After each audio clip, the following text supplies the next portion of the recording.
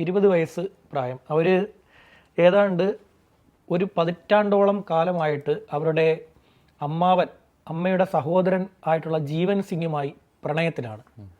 ജീവൻ സിംഗുമായിട്ടുള്ള പ്രണയം ഇവരുടെ വീട്ടിൽ അറിയിച്ചപ്പോൾ വീട്ടുകാരിത് സമ്മതിച്ചില്ല.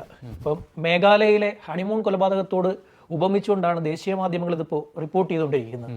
അപ്പോൾ ഈ പ്രിയാൻഷു എന്ന ചെറുപ്പക്കാരനെ ഇവർക്ക് വിവാഹം ചെയ്ത് നൽകി. പ്രാദേശികമായി ബിസിനസ്സുകളൊക്കെ നടത്തുന്ന ഒരു ചെറുപ്പക്കാരനാണ് ഈ പ്രിയാൻഷുവിന് വിവാഹം ചെയ്ത് നൽകുകയുണ്ടായി. അങ്ങനെ വിവാഹം ചെയ്ത് നൽകിയിരിക്കെ 45 ദിവസങ്ങൾ, കൃത്യം 45ാമത്തെ ദിവസം ഇയാളെ അവിടെ നവീനഗർ റെയിൽവേ സ്റ്റേഷൻ്റെ പരിസരത്ത് വെച്ച് ഏതോ അക്രമികൾ വെടിവെച്ചു കൊന്നു. അക്രമികൾ ആരാണെന്നറിയില്ല.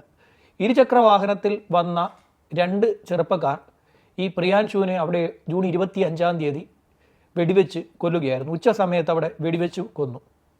ഇതിന് ശേഷം ഈ സംഭവം സംബന്ധിച്ച് അവിടെ ഒരു SIT സ്പെഷ്യൽ ഇൻവെസ്റ്റിഗേഷൻ ടീമിനെ നിയോഗിച്ചുകൊണ്ട്, ഇത് ഔറംഗാബാദ് ജില്ലയാണ്, അപ്പോൾ അവിടെ എന്നുള്ള ഒരു സ്പെഷ്യൽ ഇൻവെസ്റ്റിഗേഷൻ ടീമിനെ നിയോഗിച്ചുകൊണ്ട് ഇതിലെ അന്വേഷണം നടത്തി. പരസ്യമായി ഒരു ചെറുപ്പക്കാരനെ വെടിവെച്ചു കൊന്നിരിക്കുകയാണ്.